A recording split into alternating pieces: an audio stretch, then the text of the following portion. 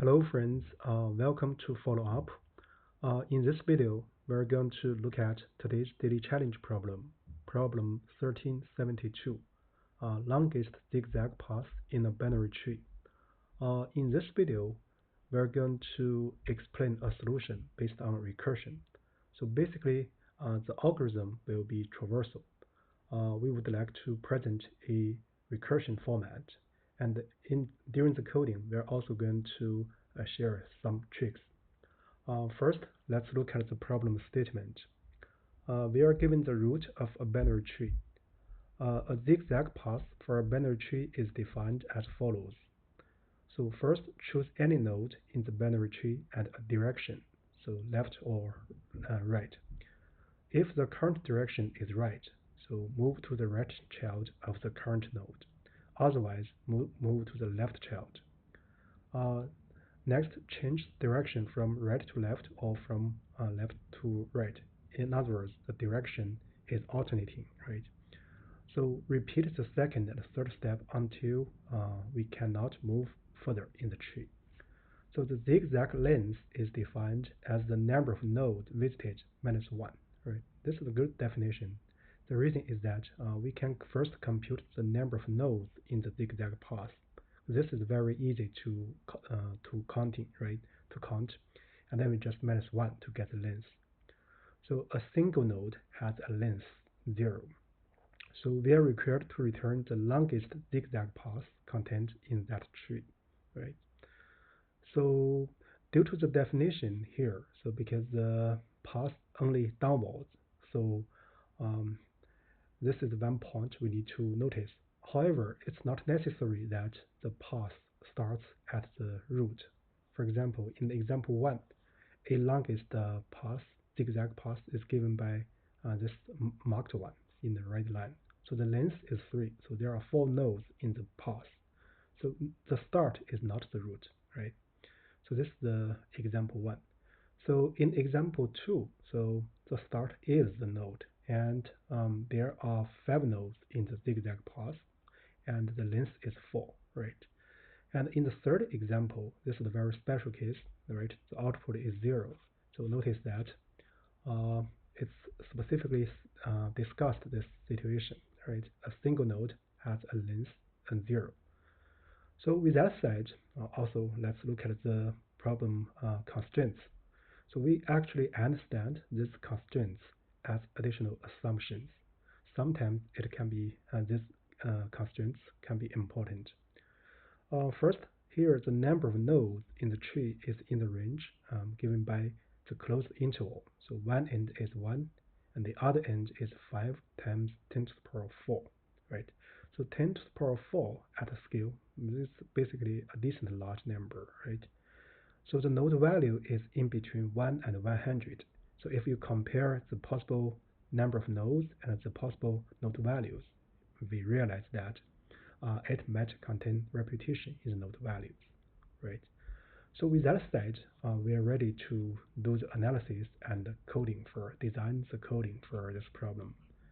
So here in this problem, basically the algorithm, so as the first thing, the algorithm level, so it will be traversal, right? Basically, the traversal is a series of algorithms. So they have different formats. For example, they have a recursive format, they have iterative format, or sometimes it's depth first based, or sometimes width first based.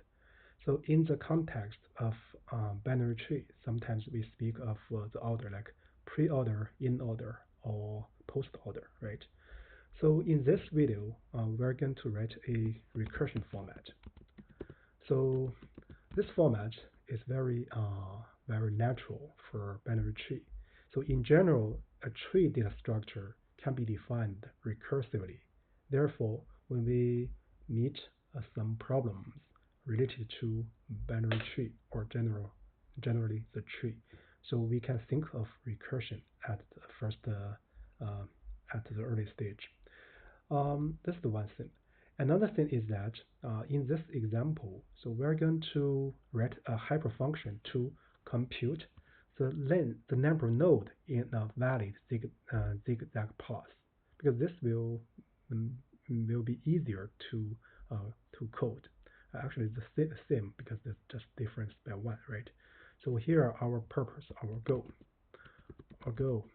is to one of the goals is to write a utility function to count the number of nodes in zigzag path, right?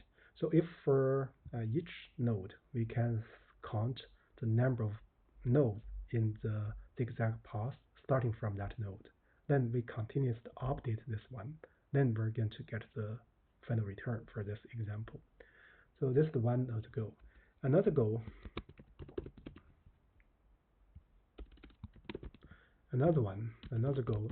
is to treat the continuous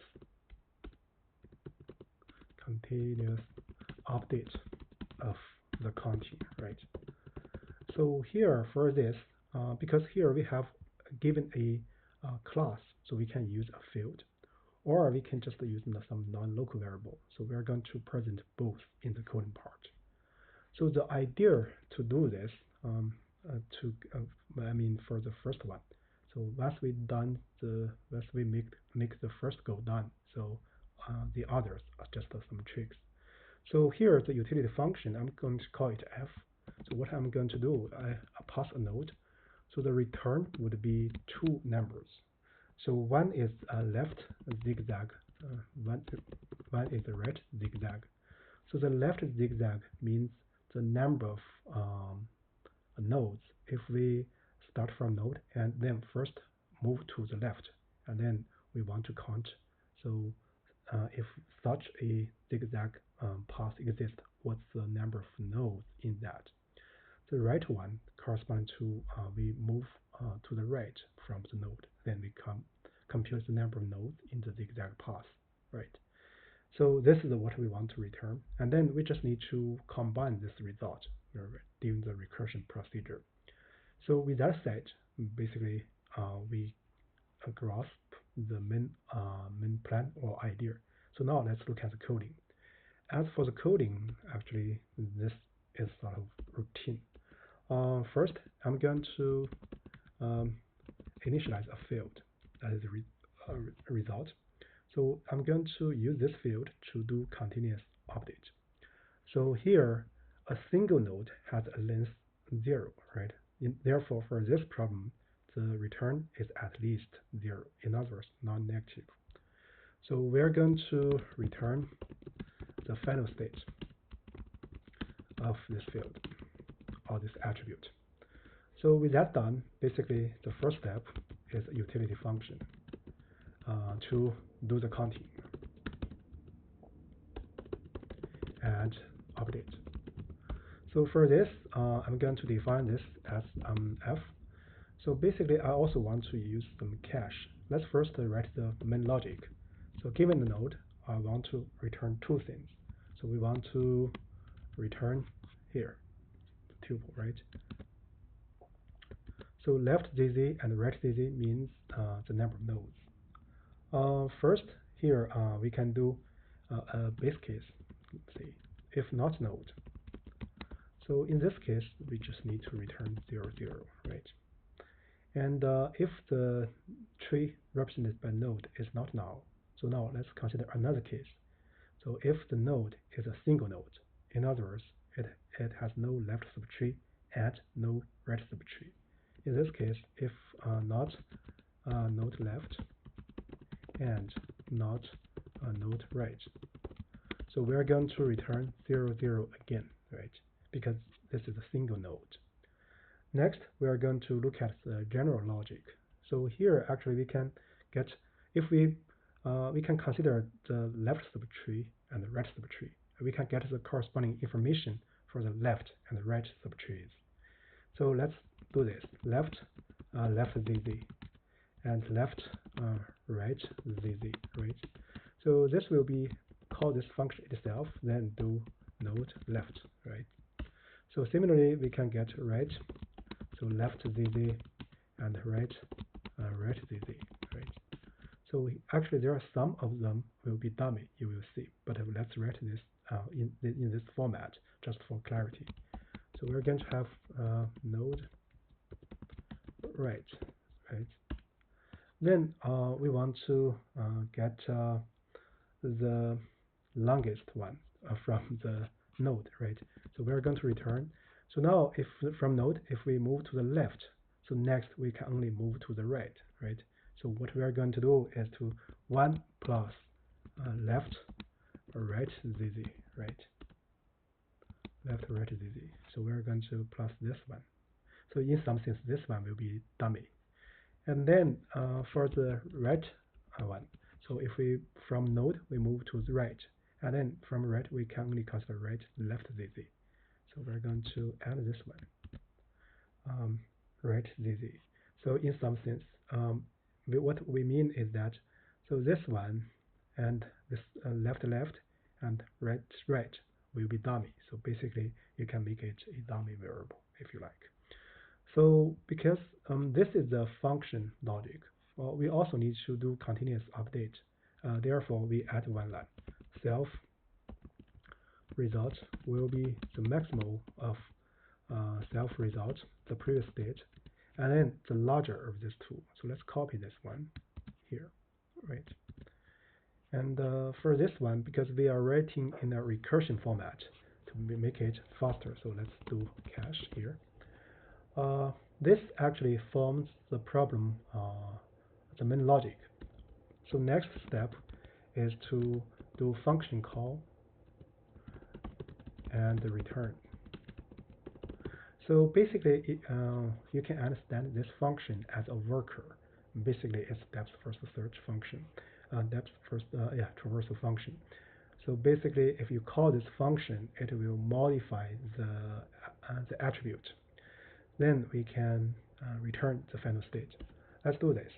First, let's call this froot.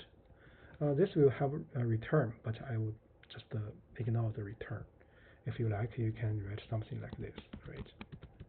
But we can directly call this. And then we're going to return self result. So this actually finishes the one format for this problem. So before we make any comments, let's first do a check. It's not right. So let's see. Oh, yeah. So we need to pay attention to the return. So as we mentioned, so we need to return never node -1. So here -1, and also we need to notice that the small list is 0, right? So we return this. This will be correct. So this also demonstrates that. So though we write the main logic correctly, so we need also to also pay attention to the return format. So now let's look at the generic case. Let's see what's the problem. So here, let's see, we have this one. 1 plus left right, 1 plus right left. So let me check. So self results, so return 1 plus left right, 1 plus right left. So we have 0 0. Yeah, here. So here we should return 1 because in the past there's just one node, right? So because sometimes we need to avoid to mess up with the length path and the number of nodes in the path. So this will be correct. Now let's do the check. Yeah, it passes all the test cases. So this is the one solution format. So basically, we first write the utility function, and then we use, because this solution is a method in the solution class, so we can do this. However, if we just given a function without wrapping with a class, so we can use local variable. So now let's copy this part, and let me mark this one as V1. So what I want to do is basically I want to directly use this result variable rather than using a field, right? And then what we're going to do is return the final state of this variable, right? And then what we're going to do, basically we keep all these things unchanged, but first we need to non-localize this one, non-local result. The reason we need to do this because result is a immutable object. So in order to use this function to modify its value, we need to make it non-local. This one. So here we need to modify, and also we need to modify here, right? Just the result and result, and also we need to modify here, result -1. So this actually gives us another way to do the continuous update during the recursion procedure. In other words, here, right? Let's also test this case. And the path is one example. Now let's look at the generic case. Yeah, it passes all the generic cases. So with that done, basically that's about it for this daily challenge problem. So here we presented a solution based on traversal and recursion. And we also shared two tricks to do continuous updates. One is using a field or attribute within the class. The other is using a non-local variable. So with that said, that's about it for this video. If you found the explanation here useful, you are welcome to follow up and check out other videos in my channel. Thank you.